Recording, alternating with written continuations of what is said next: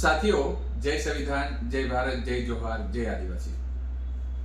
હાલ જે આ વિડીયો બનાવી રહ્યો છું એ ખાસ કરીને આવનારી તારીખ 17/2 ના દિવસે શેરણા મુકામે શહીદ વીર જે જોગદિયા સાહેબના જન્મદિવસ નિમિત્તે સમતા સૈનિક દળ ગુજરાત પ્રદેશના માધ્યમથી રક્તદાન શિબિરનું આયોજન કરવામાં આવેલું છે. એટલે આ બાબતથી મને થોડી એક સારી બાબત લાગી કે યુવાનોએ જે પહેલ કરી છે એને હું બિરદાવું છું. સાથે સાથે મેં ગઈ 6 નવેમ્બરે સાહેબના શહીદ દિવસ જે છે એ દિવસે હું ત્યાં જે એમની તિથિ આવે છે ત્યારે ગયો હતો. ત્યારે મેં એક વિડીયો વાયરલ કરેલો છે મારી યુટ્યુબ ચેનલ ઉપર, આપ જોઈ શકો છો.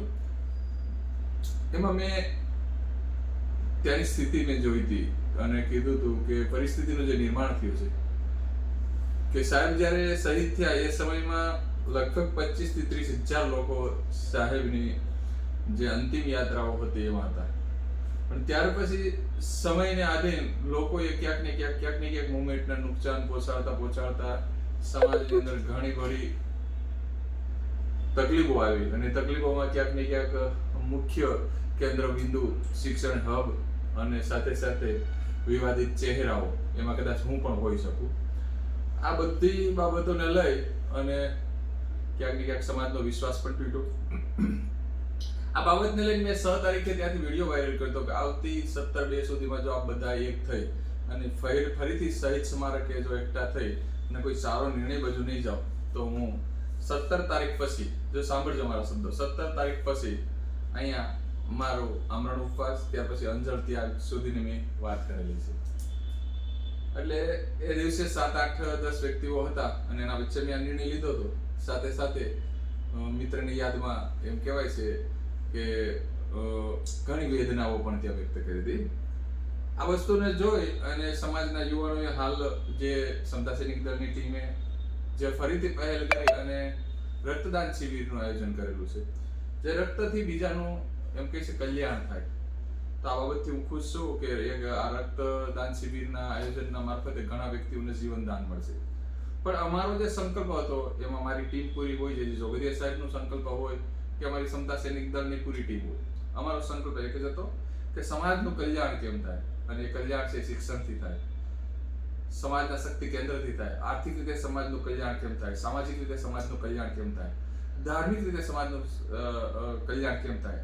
આ બધી જે બાબતો હતા, અમારી 5 મુદ્દાઓ હતા, એ મુદ્દાઓને લઈને અમે સામાજિક મુવમેન્ટનું આંદોલન ઊભું કર્યું હતું. આ બાબતે ક્યાંક ને ક્યાંક સમયને આધીન જે જોગદિયા છે એ આપણા વચ્ચે ના રહ્યા. એટલે ક્યાંક ને ક્યાંક એક જે સાયકલ ચાલતી હતી, સાયકલ તૂટી. એમાં મેં કીધું એમ કે વિવાદિત ચહેરાઓ કે અમારી પણ ભૂલ હશે, પણ એ સમાજ બધું જાણી રહી છે. આમ છતાં આ વિડીયો વાયરલ કર્યા પછી ઘણા મિત્રો ખુશ થયા છે, પણ ઘણા મિત્રોના ફોન પણ આવ્યા છે, ઘણા સમાજના આગેવાનોના ફોન આવ્યા કે બનુભાઈ તમે આ પગલું ના ભરો, આ વસ્તુ કરે સમાજનો કોઈ ફાયદો નથી અને એક નુકસાન કર્યું છે તો બીજું નુકસાન કરવા માંગતા નથી. જે આપ આમરણ ઉપવાસ અને અંજળ ત્યાગ કરવાની વાત કરો છો, આ બાબતે અમે આપની સાથે સહમત નથી. અમે 17 તારીખે આવીશું. તો આ બધાએ જે ફોન કર્યો એ બાબતથી હું ખરેખર આપનો એક સાથી તરીકે આપને એક કોલ આપી રહ્યો છે કે મારે આવો કોઈ ઈરાદો નથી કે હું અંજળ ત્યાગ કરીને સમાજની સામો પડું.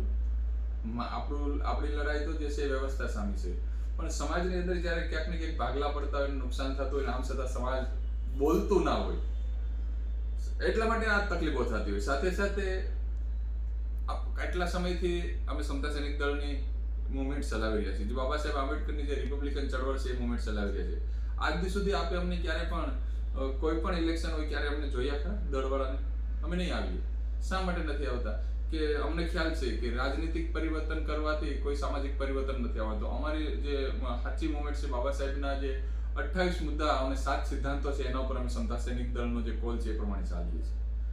રાજનીતિક બાબતોમાં અમે ક્યારે પણ આજ દી સુધી કોઈને નથી કીધું કે તમે આ પાર્ટીને વોટ દો કે આ પાર્ટીને વોટ નહીં દેતા, કે કંઈ જ નહીં. અમને ખ્યાલ છે કે જે આપણે નુકસાન કરે છે એનાથી દૂર રહેવાનું, અને બાકી વ્યક્તિઓ સમજદાર છે કે ક્યાં ચાલવું અને ક્યાં ના ચાલવું.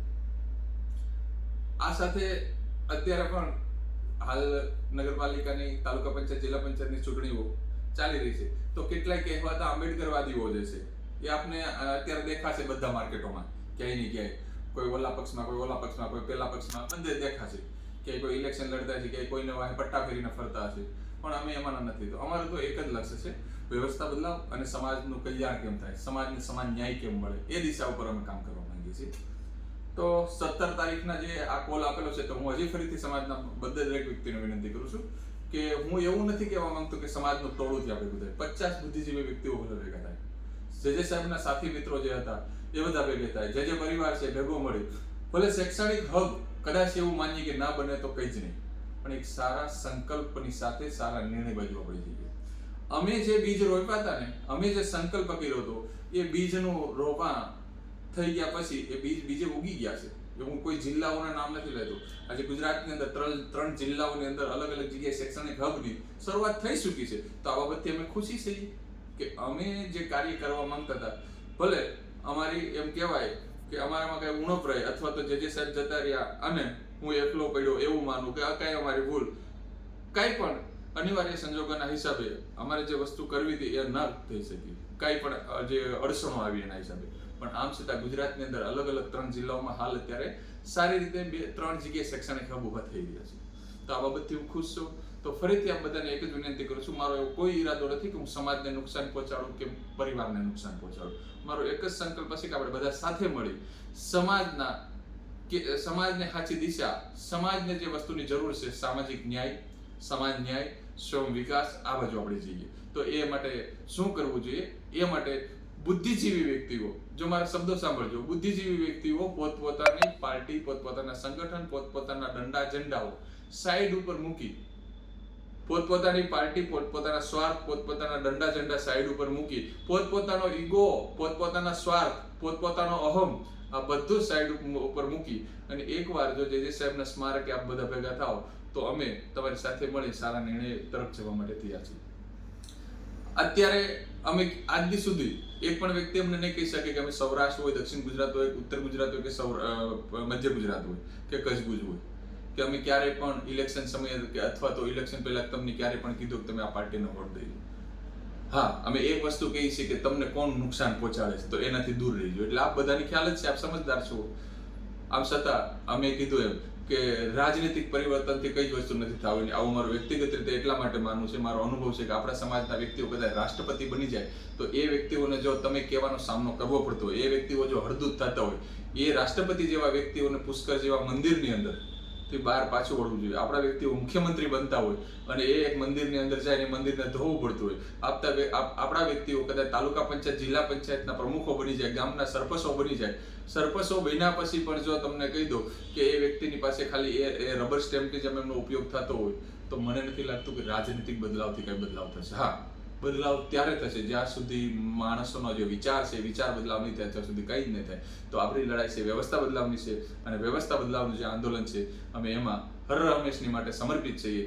તો સમતા સૈનિક દળનો જે 17 બેનો કાર્યક્રમ છે એમાં હું આ બધાને નમ્ર અપીલ કરી રહ્યો છું કે મોટી તાદાદની અંદર આપણે બધા જઈએ, એક બીજાને જીવનદાન મળે એ પ્રેરણા સ્વરૂપે ત્યાં રક્તદાન શિબિરનું જે આયોજન કરેલું છે, એટલે સમાજ એ બાને ભેગો થાય અને એ ભેગા થઈ અને આપણે એક સારા નિર્ણય તરફ જઈએ. જો આપ બધા સારો નિર્ણય લેશો તો મારે કોઈ અંચળ ત્યાગ કરવાની કોઈ જરૂર નથી, અન્યથા હું આગળ ફરીથી વિચારીશ.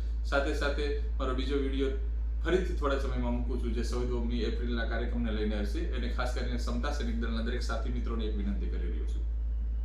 આ ખાસ સાંભળજો સમતા સૈનિક દળના સાથી મિત્રો કે 14મી એપ્રિલ એટલે એવું કહે છે કે જે દબાયેલો કચરાયેલો વર્ગ છે, એક સમાજનું નથી કહેતો, નકર એવું સમજે દલિત એટલે એક સમાજ, દબાયેલો કચરાયેલો વર્ગ છે, સમાજ છે, જેને આ લોકોએ દલિત નામનું સિમ્બોલ એક શેડ્યુલ કાસ્ટ પૂરતો સીમિત કરી દીધો છે. એ રીતે દબાયેલો કચરાયેલો જે સમાજ છે એમની દિવાળી એટલે કે 14મી એપ્રિલ. તો 14મી એપ્રિલ જો આપણે આવતી હોય, આપ દિવાળી જ્યારે ગુજરાતી મહિનામાં પરિવર્તન થતું, દિવાળી મનાવો, આઠમ મનાવો, કઈ પણ તહેવારો મનાવતો ત્યારે આપણે કપડાં લેતા હોય છે, નવા કપડાઓ લઈ અને સારો ઉત્સવ મનાવતા હોય. તો ડોક્ટર બાબા સાહેબ આંબેડકરની જ્યારે જન્મ જયંતિ આવતી હોય અને જન્મ જયંતિ નિમિત્તે 14મી એપ્રિલે સમતા સૈનિક દળ રાજ્ય લેવલનો કાર્યક્રમ અમરેલી મુકામે કરવા જઈ રહ્યો હોય તો દળના દરેક સાથી મિત્રોને વિનંતી કરી રહ્યો છું કે આપની ફરજના ભાગરૂપે આપનો યુનિફોર્મ છે, આપનો ડ્રેસ કોડ છે, ફરીથી આપણી પાસે ના હોય તો છીવરાવો અને જે વ્યક્તિ જે દળમાં જોડાવા માંગે છે સ્વયં પોતાના ખર્ચે યુનિફોર્મ છીવરાવો. કારણ કે અમારા દળ અને અમારી પાસે હાલ કહેવાય ને કે દળની અંદર જે સાથી મિત્રો છે ને અમે બધા જ શોષિત પીડિત વંચિત સમાજમાં દબાયેલ કચડાયેલા બેરોજગાર વ્યક્તિઓ દળમાં છે. દળની અંદર કોઈ મોટા વ્યક્તિઓ નથી, કારણ કે આપણી પાસે કોઈ એવા વિકાસના સંસાધનો કે આપણી પાસે એવા કોઈ મોટા ફંડિંગ દેનારા કોઈ દાતાઓ નથી. એટલા માટે દળના વ્યક્તિઓને પણ કહી રહ્યો છું કે આપ સ્વયંભૂ આપણા પોતાના ખર્ચે જે કાંઈ યુનિફોર્મ છે, આપણી બહેનોને માટે સાડી છે, ડ્રેસ છે, આ પોતાના ખર્ચે, જેમ દિવાળીમાં પોતાના ખર્ચે કપડાં લ્યો છે, પોતાના ખર્ચે લઈ અને 14મી એપ્રિલ છે આપણે ખૂબ મોટા ધામધૂમથી અમરેલીની અંદર મનાવીશું. એ ફરીથી 14મી એપ્રિલનો વિડીયો પણ બનાવી. જય ભીમ, જય ભારત, જય જોહાર.